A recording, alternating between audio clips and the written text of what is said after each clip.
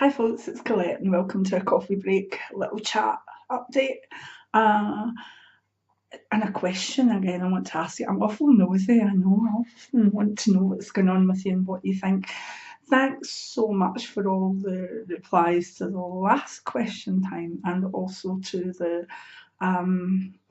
the sense of are spiritual people more likely to have autoimmune diseases and stuff. There's a fantastic response to that, and I'm really, really pleased that there's a conversation going between everybody, and maybe we can all help one another. So thank you. The more you comment, the more people learn from one another, and that's one of the focuses of this channel. Maybe it's something I want to talk about, but normally I want to talk about things that a lot of other people want to talk about with spirituality. So coming out of a quite bad Sjogren's flare up, and it was a bad one. I mean, everything kind of went with Sjogren's. People think it's just about blocked glands and dry eyes and lack of saliva and something. But it's not. All the other organs tend to get involved as well. So you can have really bad IBS, your chest isn't great, your glands all swell up and it blocks everything. You get sore throats, which I find very difficult to deal with because I like to talk a lot. You can't talk when you get a sore throat. And sometimes I come over as quite husky, but it's just that I'm coming out of a flare or I'm going into one. Because when I'm full blown, I just don't really talk that much. So I'm coming out of that and very, very hopeful because the thing's going on. I've got my daughter's hen weekend coming up and her wedding in a few months, and I'm so excited about that. So excited. I'm going to be mother of the bride for the first time, and it's going to be such good fun. I'm so looking forward to it. Anybody with any, I was going to say anybody with any tips of keeping makeup on through tears, but my daughter's treating me to my makeup being done professionally, so I'm really chuffed about that. But I'm quite a tearful person, so I hope it's like glue, so that it isn't off within the first 5 minutes. But so anyway, so coming out of that, I've still got a lot of people phoning or texting, particularly on a Monday, to say, can I book a reading, or are you back yet? Have you had enough time off? And the answer to all of these is no. Taking 6 months off from readings, and yes, I'm still doing YouTube and I'm still doing social media, and I'm effectively trying to get my book finished and out by August. So no, I'm not doing readings at the moment. My health hasn't been good enough, and my husband's health hasn't either. So literally, it's a decision I had to take, and I'm standing by it. So please give me the space that I need to recover and to figure out how and what to do for the future. I really would appreciate that. And that's not to say anybody phoning or texting, some of them aren't on social media, and that's fine. They don't know I'll deal with that. But I'm finding that when I get texts or messages through that, I'm feeling so guilty for not being able to help people at this time, because I've kind of booked quite far in advance, and people that maybe are up, it's time for their yearly reading or whatever, and maybe don't know about me having time off, or saying, right, can I book in the next few months? And it's like, sorry, no. And I'm not even going to start to fill the diary for after September, because that would be wrong too. I don't know where I'll be and what type of reading or whatever I want to do at that time. So the summer for me is to enjoy my family celebrations, to help be there for my hubby at times, and also to get myself back to a place that I would like to be physically. So that's kind of an update. As I said, so many people giving me healing and whatever through the Sjogren's flare up, and it really did help. I could feel it.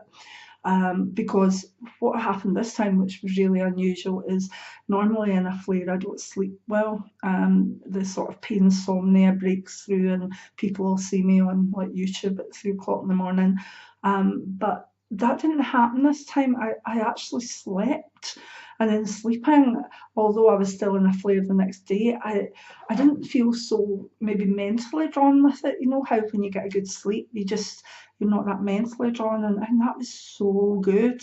So thank you for all the people that sent healing. I really, really appreciate it. Spiritually, I hope we're all being disciplined, because you know I believe in discipline, and even though I've not been well, I've still been doing my meditations, I've still been doing my prayers, and I hope that you can too, even through some times of hardship. I heard a week or so ago, and I think this kind of hit me harder during the Shorgans. I had a friend when I was in my 30s, absolutely lovely friend. She lived across the way from me in Cambuslang, and she was absolutely lovely. She was always there. Our kids were similar ages, and she was the person that when I got the knock on the door from the police to say that my mum was dead in our wee sheltered house, and could we come down right away? The one person that we went to was, I said, go for Anne, go for Anne. And my husband went over to Anne's house, and she came over and slept on my couch because it was like 3 o'clock in the morning. She slept on my couch until we got in-laws and stuff back, or people that, and we got back to the house after going to deal with what we had to do with my mum. So I always felt incredibly, incredibly grateful for that. Isn't it lovely when something tragic happens and you maybe have kids that need looked after or whatever, that you know that there's a person that you can say, they'll come.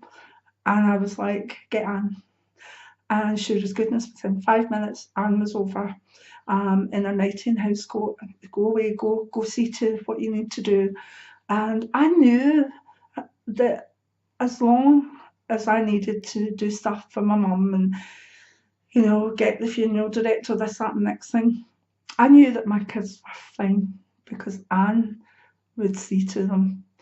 And cut a long story short, basically, her daughter got back in touch on Facebook last week, out of the blue, not heard from her for ages and ages. And I thought, oh, that's lovely. And then I heard that her mum had passed, when just maybe a few years after we'd left Cambuslang, in her 40s. And oh my God, it hit me. It hit me hard. I hadn't seen this woman for 20 years, no, like 18 years or something like that. But it came to me that there was a soul that I knew the world had lost a good soul. The world had lost a soul that was dependable and practical and good. So in the middle of this Shortgrounds thing, it just kept going round in my mind. I kept thinking, oh, Anne, why happened when you were just in your 40s? I felt so sad for her children and her husband.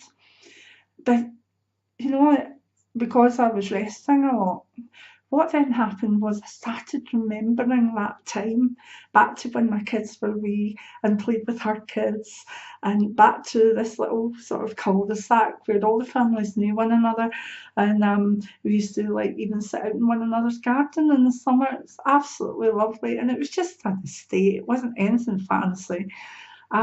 And the more that I got into them, the more I remembered Anne and her husband and her family and all the smiles and all the laughters. You know, I've got some great memories about lots of wine flowing at various Holy Communions and stuff like that. It's absolutely gorgeous. So out of being quite sad that this lovely Anne had passed, I actually started to remember the good times. And maybe that's what it's about. But initially that can be hard. And there was part of me, you know, we'd moved away and we never went back. You know, when you leave somewhere, you say you'll go back, you say you keep in touch, but a lot of the time you don't, because the friendship is kind of based on shared experience of where you are at that time. So we never went back, and I often thought, I wish I'd been able to give back to her what she'd given to me, which was a gift of friendship that I knew I could rely on. So, but I'm sure she's doing well in spirit. and I'll continue to send love to our daughters and their husbands. So that was my experience of maybe getting a kind of sadness while I was feeling low and not doing well. But as I say, I think there's lots of lessons coming to us just now. I feel we never stop learning, and that's something for me that I'm very, very happy with. I never want to stop learning. I love reading new books. I love hearing of things. I love meeting new people. I'm a people watcher. Um, so remember, if you're moving through your spiritual journey, if at any time you think you know it all, excuse me, darling, you don't. If you think that if your ego says, I've got this, that, and the next thing, I can do this, aren't I great? You're not. Because a wee bit of being humble and a wee bit of humility is one of the best things. I'm not saying don't be strong and the work you've put in and the pride that you can have in doing that work and the knowledge you have, but don't let the ego get in, because that's a bad thing. So the main thing I come on to ask, and that I'd like you to get back to me in the comments below, is I would see myself as quite a spiritual person, and have been even as a little girl and whatever. And when my memoirs come out, I'm sure you'll be able to read it and say, oh my God, she was a bit odd even back then. However, I've always been really spiritual, but I've always been very political as well. You know, I had my CND badges on and everything when I was 15 and 16. And it's never really changed. And the more I'm in my grandmother years, the elder years, the more political I'm getting. Now, I have a Colette Clairvoyant, not YouTube, Facebook page, and that's for all my spiritual stuff. And I have a Colette Brown page, which is my personal page. And if anybody gets on the wrong page, they might think, what? Because one of them is very spiritual, got my videos on it, whatever. But my personal page is full of politics. So often people that find their way there, I say, look, maybe you want to move to the Colette Clairvoyant one, otherwise you're going to get such a lot about this and that. And they say you shouldn't speak about politics and or religion, but in a way I do speak about both politics and maybe spirituality, not religion. But I don't tend to do that necessarily on my Colette Clairvoyant channel or on this YouTube channel. Occasionally it will break through, but it need to be something that quite annoyed me for that to happen. But we in Scotland have